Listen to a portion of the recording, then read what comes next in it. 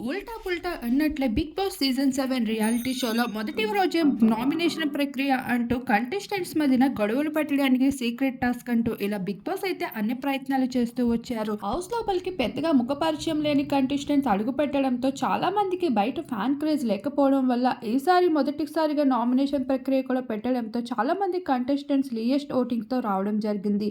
పల్లవి Prashanth highest టీఆర్పీతో కనిపించారు voting పోల్లో. Shobha Shetty కూడా second పొజిషన్లో, రాధిక థర్డ్ పొజిషన్లో, షకీల ఫోర్త్ పొజిషన్లో, ఊహించని విధంగా గౌతమ్ ఐదో పొజిషన్లో, దామిని ఆరో పొజిషన్, ప్రిన్స్ ఏడో పొజిషన్లో రాగా ఆఖరికి ఎలిమినేషన్ జోన్ అండ్ డేంజర్ జోన్లో మాత్రం కిరణ్ ఉన్నారని చెప్పుకోవచ్చు.